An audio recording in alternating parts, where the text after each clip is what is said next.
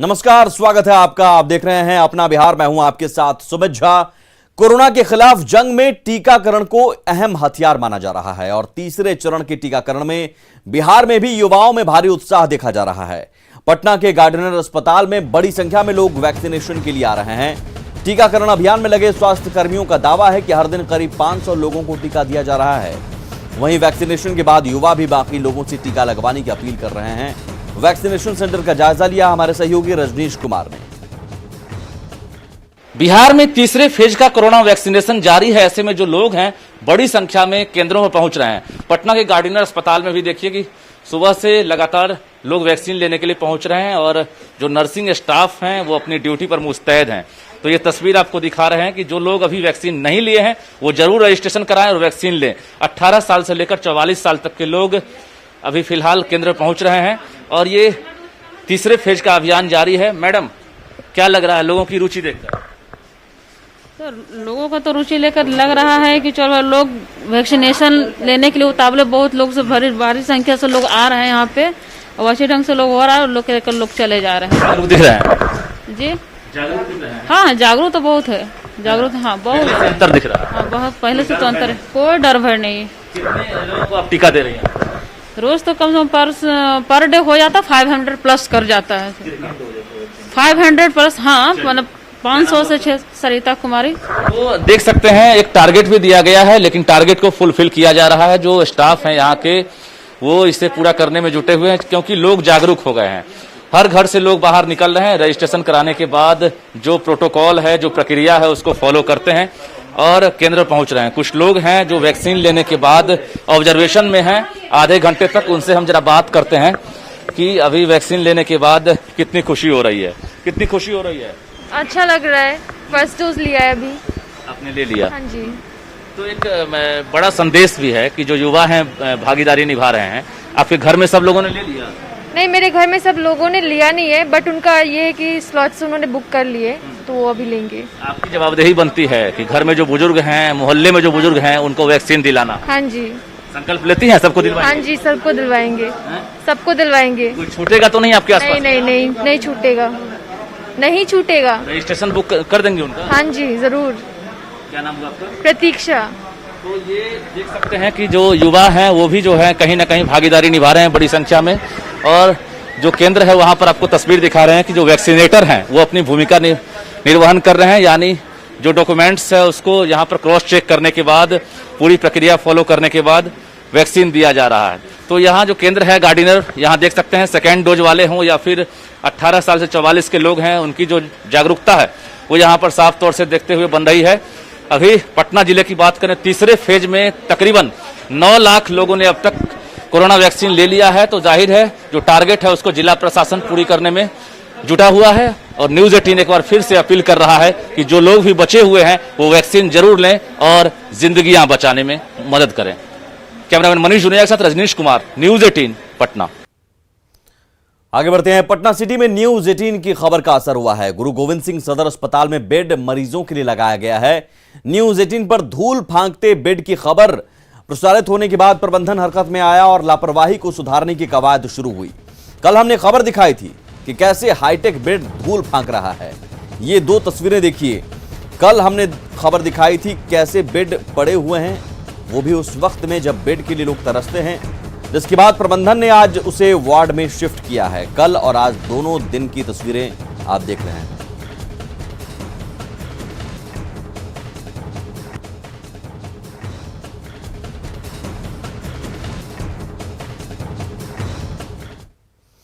जमुई में स्वास्थ्य विभाग की बड़ी लापरवाही सामने आई है। यहां पर अस्पताल में जो किचन है उसमें वेंटिलेटर रख दिया गया। हैरानी की बात यह है कि इस बात की जानकारी सिविल सर्जन को नहीं है। जब न्यूज 18 की टीम ने सदर अस्पताल की लापरवाही के बारे में बताया तो उन्होंने पहले तो इनकार किया, फिर उसे किचन से हटाने की बात कही।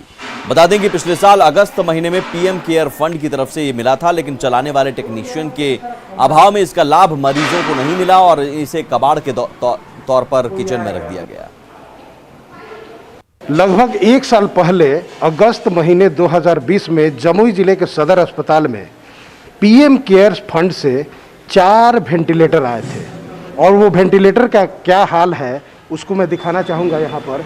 ये डेडिकेटेड कोविड हेल्थ सेंटर का रसोई घर है, किचन है, मतलब यूँ कहे कि सदर अस्पताल का किचन है। अब दिखाना चाहेंगे कि वो तस्वीर लाखों रुपए का जो पीएम केयर्स फंड से वेंटिलेटर मिला था उसका हाल क्या है। आप देख सकते हैं कि जो पीएम केयर्स फंड का जो वेंटिलेटर आया था वो ये है और ये इंस्टॉल किया हुआ मशीन है, देख सकते हैं। लेकिन किस स्थिति में रखा हुआ है आप देख सकते हैं, यूं कह सकते हैं कि कबाड़ में रखा हुआ है।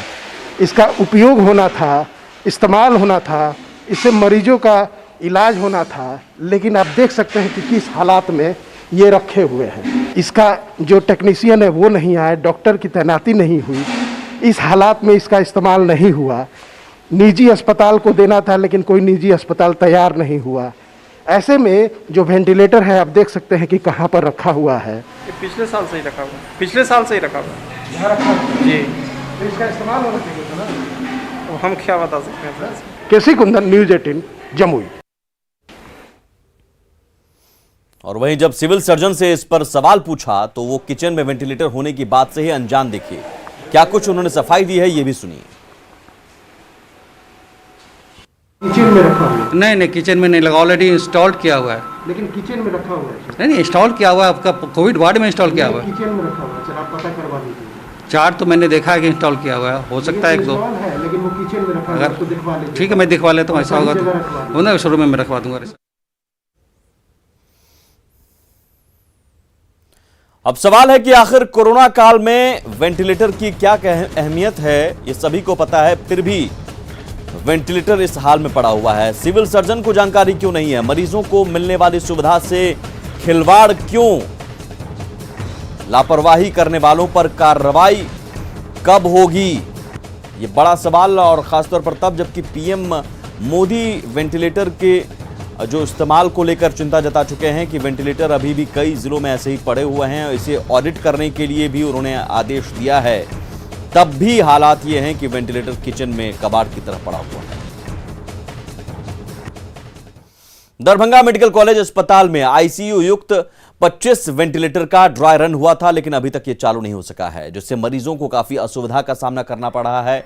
हालांकि कलेक्टर ने कहा कि वेंटिलेटर चलाने वालों की नियुक्ति प्रक्रिया पूरी होने वाली है और 1-2 दिन में चालू कर दिया जाएगा। सबसे बड़ी बात है कि डीएमसीएच का ऑक्सीजन प्लांट चालू कराया गया है। इससे डायरेक्ट कनेक्शन आईसीयू और कोरोना वायरस वाशिंग में हो गया। इसका मतलब है कि हमारा सिलेंडर का जो डिपेंडेंसी है वो कम हो गया, ऑक्सीजन का जो खर्च होता था, वो खपत होता था, वो कम हो गया है। इस वजह से हम और 25 से 30 बेड बढ़ाने की स्थिति में है, वो आज या कल तक बढ़ जाएगा, ताकि जो पेशेंट्स का एडमिशन का जरूरत पड़ रहा है वो भी हो जाएगा।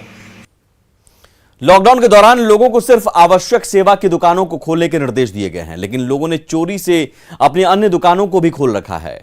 ऐसी तस्वीर खगड़िया के गोगरी जमालपुर बाजार से आई, जहां राजेश एम्पोरियम नाम के कपड़े की दुकान को शटर गिराकर लोग चला रहे थे। प्रशासन को जानकारी मिलते ही यहां छापेमारी की गई तो दुकान से 24 ग्राहक मिले जो कपड़े की खरीदारी कर रहे थे। प्रशासन ने नियम तोड़ने के आरोप में दुकानदार पर 2.5 लाख रुपए का जुर्माना लगाया और चेतावनी देकर छोड़ दिया। सुबह जो है गुप्त सूचना हमको मिली थी, जो राजेश एम्पोरियम जो जमालपुर बाजार में है, दुकान खोल करके जो है वो ग्राहक को कपड़ा बेच रहा है। इसी के आलोक में जो है मेरे द्वारा सीओ साहब, एसडीओ साहब और नगर पंचायत एसपीटी अफसर पर भेजा गया और बात सच निकली और छापामारी की गई तो 24 ग्राहक जो है उसके दुकान में पकड़ा है और हम लोग जो है दुकानदार को जो है चेतावनी भी दी और फाइन भी करके छोड़ा गया। बाढ़ में लॉकडाउन के नियमों को तोड़ने वालों के खिलाफ सख्ती बरती जा रही है। बैंक रोड के पास प्रशासन की टीम मुस्तैद दिखी। देखिए संवाददाता अनिरुद्ध की रिपोर्ट। लॉकडाउन तोड़ने वाले पर बाढ़ प्रशासन की कड़ी कार्रवाई हो रही है। अभी हम खड़े हैं बाढ़ के भुवनेश्वरी चौक के पास, जहां बाढ़ थाना प्रभारी गहन गश्ती जांच लगाए हुए हैं। एक एक गाड़ी में कहीं 15 आदमी तो कहीं 20 आदमी लगन को देखते हुए जाते हुए मिल रहे हैं। हम पूछते हैं बाढ़ थाना प्रभारी हमारे साथ मौजूद हैं कि क्या कार्रवाई की जा रही है और क्या क्या किया जा रहा है। सर, इसमें गाड़ी में संख्या में लोग जा रहे हैं, क्या कार्रवाई किया जा रहा है? गाड़ी को डिटेन करवा रहे हैं और जो भी पेपर वगैरह है उसको लोग चेक कर रहे हैं और जो नोटिफाइज लोग की जो लीगल कार्रवाई है वो लोग कर रहे हैं। क्योंकि 10 बजे के बाद लॉकडाउन है और चलना नहीं है, जो भी गाइडलाइन है कोरोना गाइडलाइन के अनुसार जो चल रहा है उसके तहत हम लोग कार्रवाई कर रहे हैं। कोरोना गाइडलाइन के नियम को जो नहीं मानेंगे उनके ऊपर सख्त से सख्त कार्रवाई की जाएगी और ये कार्रवाई बहुत ही जरूरी है। अगर कोरोना से जंग जीतना है तो हमें खुद सचेत होना है। अनिरुद्ध, न्यूज़ 18 बाढ़। आपके साथ देने से कोरोना को मात दे रहे हैं, लेकिन इस संकट की भी सबसे अधिक नियम तोड़ने की खबर सब्जी मंडी से ही आती है। लाख समझाने के बाद भी लोग नहीं मान रहे हैं। पटना के परसा के पास सब्जी मंडी की तस्वीर कुछ ऐसी तरह की दिखी। जहां लोगों की भारी भीड़ दिखी, यहां भी ज्यादातर लोग मास्क का इस्तेमाल नहीं करते दिखे। सवाल करने पर लोगों के अलग अलग जवाब या यूं कहें कि बहाने नजर आए। लॉकडाउन के दौरान सब्जी मंडी सरकार के लिए एक बड़ी चुनौती है। लाख प्रयासों के बावजूद सब्जी मंडियों से भीड़ कम नहीं हो रही है। पटना से सटे ये परसा बाजार के पास की हमें तस्वीर दिखा रहे हैं कि किस कदर देखिए यहाँ पर लोगों की भीड़ है सब्जी मंडी में। और ख़ास तौर पर लगातार सरकार के द्वारा यह प्रयास किया जाता है, पुलिस यहाँ आती है, लोगों को समझाती है, लेकिन उसके बाद भी लोग मानने को तैयार नहीं हैं। लोग मंडियों में जा रहे हैं। आप निकली हैं अभी कुछ सामान खरीदना है क्या? सामान खरीदना हम जा रहे हैं घर। लॉकडाउन है पता है ना? हाँ, तो आने में तो थोड़ा टाइम लगता है, पैदल ना है, गाड़ी उड़ी तो है नहीं मेरे पास, तो थोड़ा सा समय लग ही जाता है। औरत है, कैसे बाल बच्चा है, तो उसमें तो समय लगना करेगा। जरूरी नहीं हो तो घर में ही रहिए, नहीं निकलिए। है तभी निकलते हैं, बच्चा है, कुछ ना कुछ सामान की जरूरी रहता है, इसलिए निकलना। ये तस्वीर है यहाँ की मंडियों की कि किस कदर यहाँ पर लोग सामान खरीदते हैं। जी हाँ, रोज आती है? जी हाँ, आती हूँ। लेकिन लॉकडाउन है, कोरोना है, घर से कम निकलना चाहिए। ये सब्जी तो जरूरी है ना। लेकिन एक दिन भी खरीदा जा सकता है, भीड़ भाड़ में बचा जा। आती हूँ, डेली नहीं आती हूँ। देखिए ये परिस्थिति है कि जिस तरीके से सरकार की अपील के बावजूद लोग मानते नहीं हैं और रोज मंडियों में आते हैं, सब्जी खरीदते हैं। और कहीं ना कहीं इस वक्त बाजार एक सबसे बड़ी चुनौती है, क्योंकि बाजारों से भीड़ खत्म नहीं हो रही है। पटना शहर की भी बात कर लें तो वही हाल है, और इस तरीके से जो ग्रामीण इलाके हैं वहाँ भी यही हाल है। तो कमोबेश ये कहा जा सकता है कि सचेत हमें खुद होना होगा यदि हमें कोरोना से लड़ना है तो। और इस तरीके से जो मंडियां हैं, जो भीड़ भाड़ वाले जगह हैं, वहां हमें जाने से बचने की भी जरूरत है। कैमरा पर्सन सुबोध के साथ शैलेंद्र, न्यूज़ 18 पटना। जमुई शहर के लोग अभी भी कोरोना के प्रति गंभीर नजर नहीं आ रहे हैं। लॉकडाउन गाइडलाइन के मुताबिक सुबह 6 बजे से 10 बजे तक बाजार को खोलने की इजाजत है, लेकिन इस 4 घंटे में शहर के बाजार में लोगों की जबरदस्त भीड़ जुटती है। महाराजगंज चौक पर जो भीड़ जुटी थी उसमें ज्यादातर लोगों के चेहरों पर मास्क नहीं था और 2 गज की दूरी का तो यहां ख्याल ही नहीं रखा गया।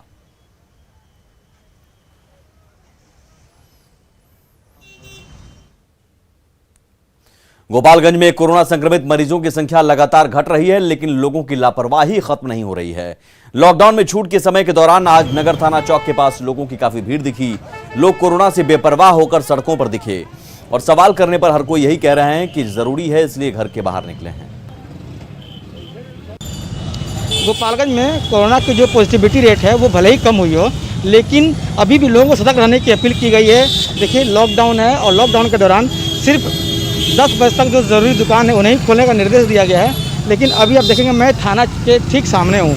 थाना के पास आप देखेंगे कि यहाँ पर किस कदर लॉकडाउन की जो है धज्जियाँ उड़ रही हैं और यहाँ पर जो लोगों का भारी भीड़ है वो यहाँ पर दिख रहा है। देखिए यहाँ पर जो है कैसे जो है लोग अपने घरों से बाहर निकले हुए हैं और यहाँ पर सोशल डिस्टेंसिंग का कोई मतलब नहीं है। आप देखिए कि यहाँ पर लोगों की देखिए भीड़, जाम का जो है यहाँ आलम है।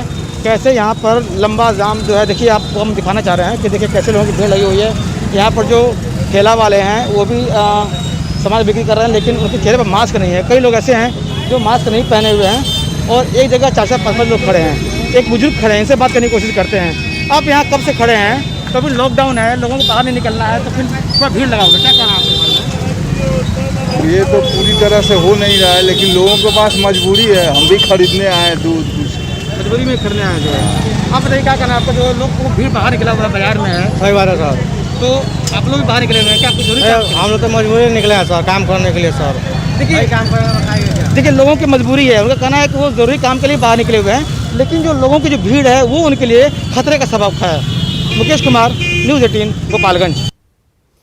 सिवान के मैरवा में लॉकडाउन में मिल रही छूट के दौरान बाजारों में लोगों की जबरदस्त भीड़ जुड़ती है और भीड़ का अंदाजा आप इसी बात से लगा सकते हैं कि मझौली चौक पर जाम की स्थिति बन जाती है। ना लोग मास्क का इस्तेमाल करते हैं और ना ही सोशल डिस्टेंसिंग का पालन करते हैं। और हैरानी की बात यह भी है कि यहाँ पर प्रशासन की टीम नजर नहीं आती है। महामारी में आए दिन मैरों में हमेशा मझौली चौक हो या नई बाजार हो या राजेंद्र पार्क हो, हमेशा जाम लगता है। तो हमको तो नहीं लगता कि इस जाम से कोरोना दूर होगा।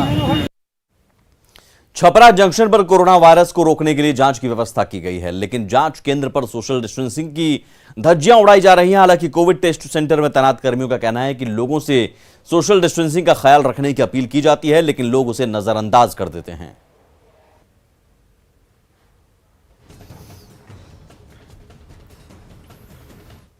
हेल्प इंडियन हॉस्पिटल्स मुहिम के तहत बिहार के कई जिलों को ऑक्सीजन कंसंट्रेटर, बाईपैप, मॉनिटर और ईसीजी मशीनें मुहैया कराई गई। अब तक बिहार के जिन जिलों को मदद दी गई है उनमें गया, दरभंगा, सुपौल, मुंगेर, पूर्णिया, बेगूसराय और जहानाबाद शामिल है। हेल्प इंडियन हॉस्पिटल्स मुहिम की शुरुआत आईआईटी कानपुर के पूर्व छात्रों ने मिलकर की है, जिनमें एलबी मिश्रा और प्रत्यूष रंजन शामिल हैं। संस्था ने अब तक 15 राज्यों के 51 हॉस्पिटल्स में मेडिकल उपकरण मुहैया कराए हैं। आने वाले दिनों में देश के दूर दराज अस्पताल को मदद मुहैया कराने की मुहिम चलाई जा रही है। मदद पहुंचाने के लिए यूनिवर्सल हेल्थ फाउंडेशन दिल्ली और भूमिका ट्रस्ट चेन्नई जैसे गैर सरकारी संस्थानों की मदद ली जा रही है।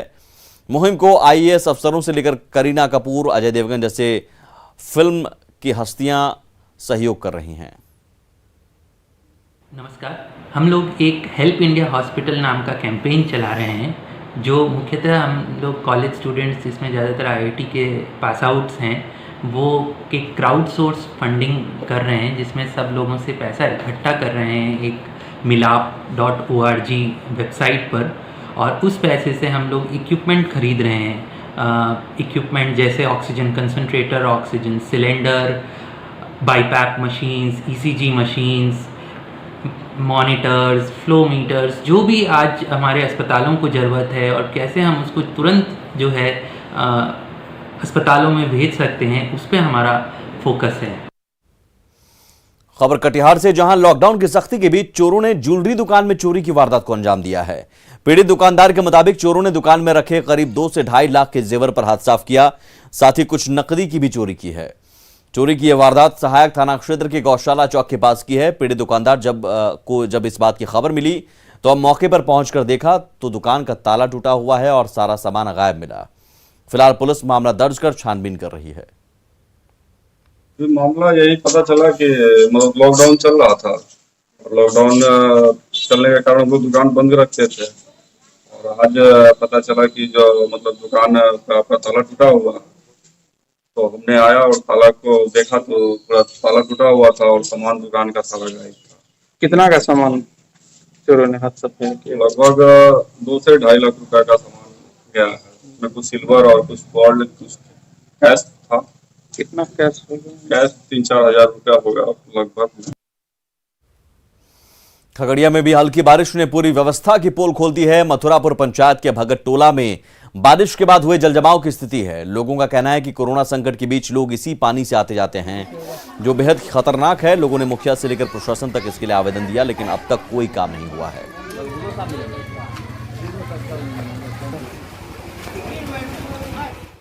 थोड़ा सा बारिश हुई, इतना पानी जम गया और कोरोना काल का समय है, पानी सर रहा नहीं, निकासी है ना कहीं व्यवस्था है। इसी पानी में आना जाना और बच्चे लोग की बीमारी पड़ने तो बहुत ज्यादा जम जाता है तो महकेगा ना, 2-3 दिन हो जाता है तो महकेगा ना, पानी महकता है। उसके बाद 2-3 दिन जमेगा, पानी कहाँ जाएगा? कोई व्यवस्था नहीं है यहाँ पे। कैसे आते जाते? पानी में आते जाते हैं। नेटवर्क 18 ये सुनिश्चित करना चाहता है कि हर भारतीय को कोविड-19 टीका मिले। टीकाकरण जागरूकता बढ़ाने के लिए नेटवर्क 18 और फेडरल बैंक की पहल संजीवनी शॉट ऑफ लाइफ को सपोर्ट करें। हेल्थ एक्सपर्ट अपोलो 24/7 आपके साथ है।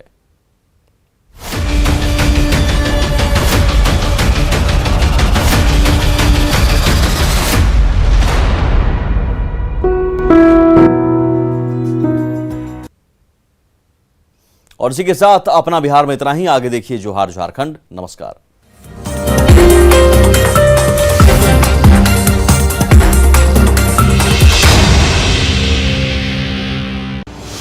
शहर बन गया समंदर।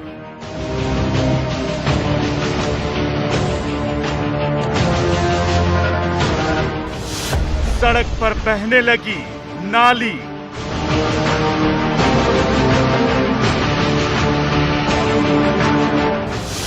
सारे दावे निकले हवा हवाई।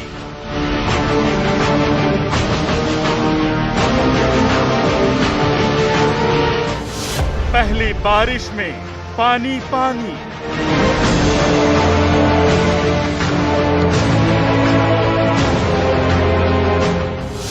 देखिए शाम 6:26 पर